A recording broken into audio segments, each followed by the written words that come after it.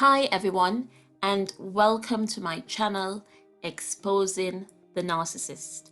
If you are new to my channel, welcome. And if you are a subscriber or a returning viewer, welcome back for another video. This week, I want to address the topic of should you be afraid of the narcissist? Because when we come to the realization that we are dealing with a narcissist, a few negative emotions arise. Anger, shame, and fear are just a few. What we need to be mindful of is not to let those negative emotions become us. We should not wallow in those negative emotions for too long because it hinders the healing process. But today, fear is in the spotlight because I know for some people, the narcissist can make you feel uneasy and unsure of yourself, or their very presence can give you a sickening feeling in your stomach. But it's about recognizing the evil and staying away from it. It's not a cue to start being afraid. The narcissist wants you to be afraid. Remember, they feed off these negative emotions.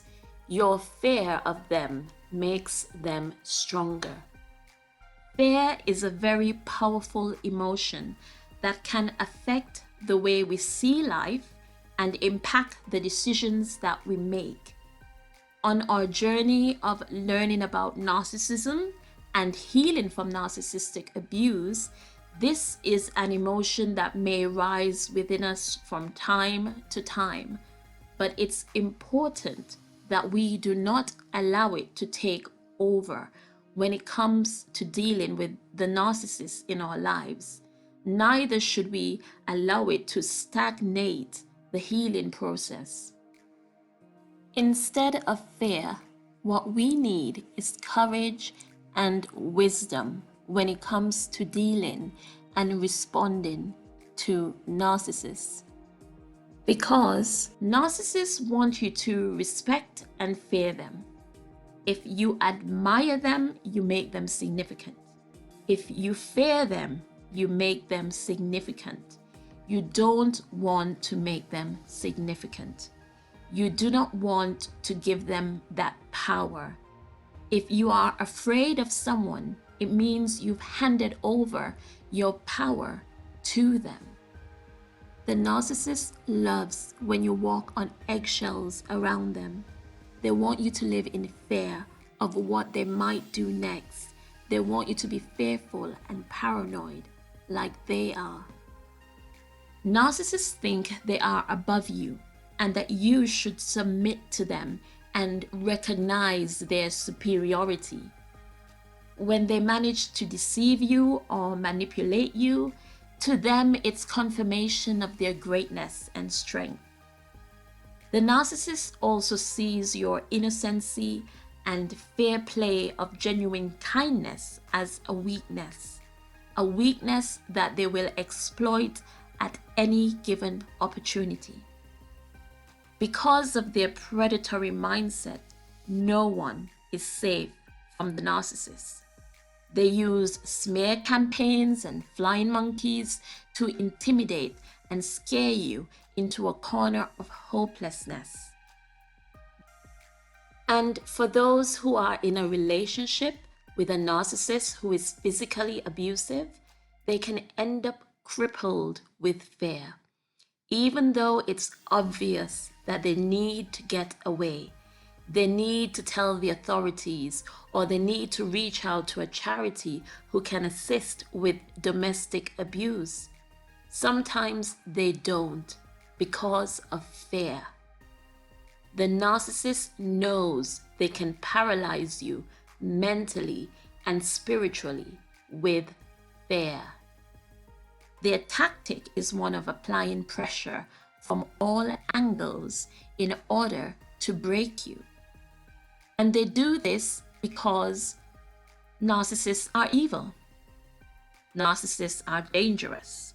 They hurt people directly and indirectly. They are manipulative, controlling, and selfish. They project their insanity and cruel behaviors onto others. They convince themselves that everyone is like them, that everyone else is wicked and self-serving. They have so many evil traits that I can't go through them all right now, but I think you get the point. Narcissists are not good people. And the people who can identify with this statement are the ones who have experienced the wrath and venom of a narcissist. But does that mean you should be afraid of them? Should you be afraid of them because they are evil and can hurt you? Well, imagine the narcissist is a hurricane. We know how destructive a hurricane can be if it's at the right speed and strength. So imagine a hurricane is on its way. Will you just stay in the open and take the full blast? Or are you going to batten down your hatches, stock up on food, batteries, water, and medical supplies? Well, the same way you would respond in the wake of a storm is the same way you need to respond to a narcissist. You protect yourself. You protect yourself by educating and equipping yourself against the narcissist. Some people leave the country when a storm is approaching so as to have no contact whatsoever. Others take precautionary measures by setting boundaries, like I mentioned before, battening down the hatches, stocking up on food. As you see, either one is fine. Once the decisions made are precautionary and not out of fear. Precautionary actions such as no contact or ignoring the narcissist are taken to prevent something dangerous or unpleasant from happening. They should not be fear-based. The narcissist is filled with fear and paranoia. Don't let that be you. And even if you are not afraid, wisdom dictates that you avoid evil, that you avoid people and situations where you can get hurt. Also, that you shouldn't trust your enemies or those that want to injure you. I know there are different levels to narcissism. Many of them are just sleazebags, to be honest. Others can be physically and verbally abusive, and even serial killers, psychopaths. But in reality, all narcissists are cowards, and they are more afraid of you, your individuality, and your capacity to empathize and think outside of the box. They envy your honesty, your sincerity, your humanity, your ability to not be afraid if you so choose. Because narcissists seem not to have that choice. They live, eat, and sleep in fear. They are driven by fear. Day in, day out, they live in fear. But I have covered this in another video called What Drives the Narcissist. So I'm not going to go into it today. I'll just put a link here and in the description box. But it's important that as you continue to learn and discover about narcissists and narcissism, and even as you continue to heal and recover from narcissistic abuse, that there is no fear of the narcissist. Remember, fear gives the narcissist power, and it can hinder us from making the right decisions.